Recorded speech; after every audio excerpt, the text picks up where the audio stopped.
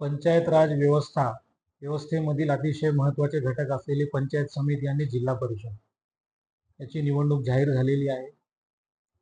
हाडोळती जिल्हा परिषद गटामधून Bharatiya Janata party, Rashtrawadi Congress party, Ajit Pawar गट व Republican party of India Athawale गट या महायुतीतर्फे अधिकृत उमेदवार म्हणून मी ॲडव्होकेट अजिंक्य प्रकाशराव देशमुख, तसेच हाडोळती पंचायत समिती गणामधून माननीय मीराबाई शिरलिंगप्पा हिंगणे, कुमटा बुद्रुक पंचायत समिती गणामधून श्री कृष्णराजजी भोसले, असा आम्हा तिघांना महायुतीच्या सर्व नेत्यांनी उमेदवार म्हणून आपल्या पुढे उमेदवारी दिलेली आहे.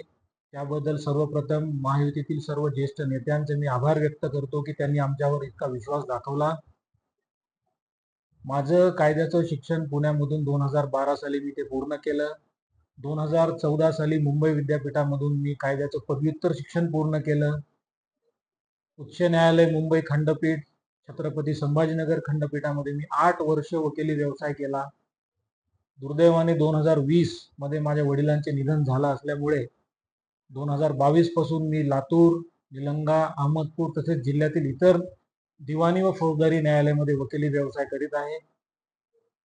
2017 साली झालेल्या हाडोळती जिल्हा परिषद गटाच्या निवडणुकीमध्ये हाडोळती जिल्हा परिषद गटामधील सर्व मतदारांनी माझे वडील कैलासवासी प्रकाशरावजी देशमुख यांना प्रचंड मतांनी विजयी करून हाडोळती जिल्हा परिषद गटाचं प्रतिनिधित्व करण्यासाठी जिल्हा परिषदेमध्ये पाठवलं.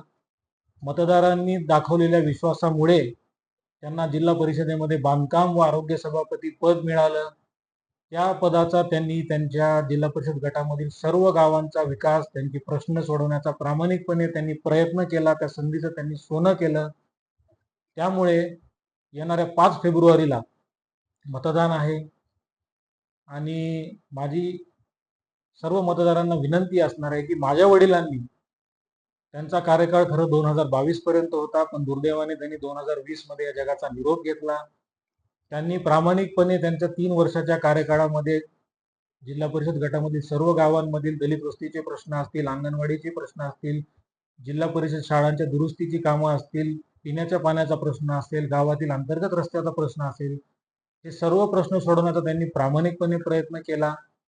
त्यांनी सुरू केलेली कामं ही पुढे पूर्ण करण्याची जबाबदारी ही माझी असणार आहे.